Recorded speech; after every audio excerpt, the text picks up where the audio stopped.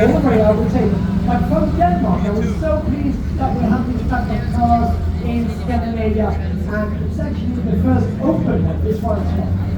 So I think that when we speak about the Veyron, maybe don't know the names of the Bugattis, the Chiron, Veyron, they come from old Bugatti racing drivers, and Veyron was one of the successful ones also in many races, so they paid tribute to that. And my question to you, Christian, this car has been built under the guardianship of Volkswagen, a big corporation. Yes, yes. Would you say that it is as complicated as it is for you and challenging building fantastic cars, and it was for them to build this in the roof, under the roof of Volkswagen? Good question. I think they really put up a big challenge, because when this car was first presented as a show car, it was the Frankfurt show and then the Paris show after Paris. And it only had then no turbos, and they said it had like 400 or 500 horsepower. And then they decided to put 4 turbos on it and have 1,000 horsepower and make it the fastest car in the world without changing the size of the shape. So getting all of these coolers and systems into this very compact car, and to do those top speeds with this shape, made it one of the most challenging projects on planet Earth.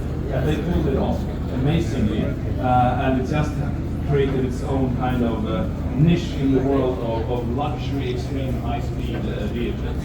So even for Volkswagen, that was very difficult. Of course, this was the pet project of Herman Piechel. He said we can spend as much money we want on it, because we're not in F1 spending money. Yes. This is our F1 alternative. And of course, we were very small Swedish startups, sort of looking up to these big boys and say, okay, how are we going to compete with this? But we did it in a different way, and completely different vibes and senses. But this is just amazing, and what an achievement. It's an impossible thing that I think no one else than could have pulled off with the help of Volkswagen. And I think you did it. You choose a different way, the only way you could do, because you didn't have billions on your account to do that. Right. But that was the point. And I think both, I love this car. I think it still looks fantastically modern, even though it has been now over from the first drawings. It must be more than 20 years now. Oh, much more. Much more. But it still looks modern. We waited a long time to have it, and this is actually the only one in that color, which makes it very, very special.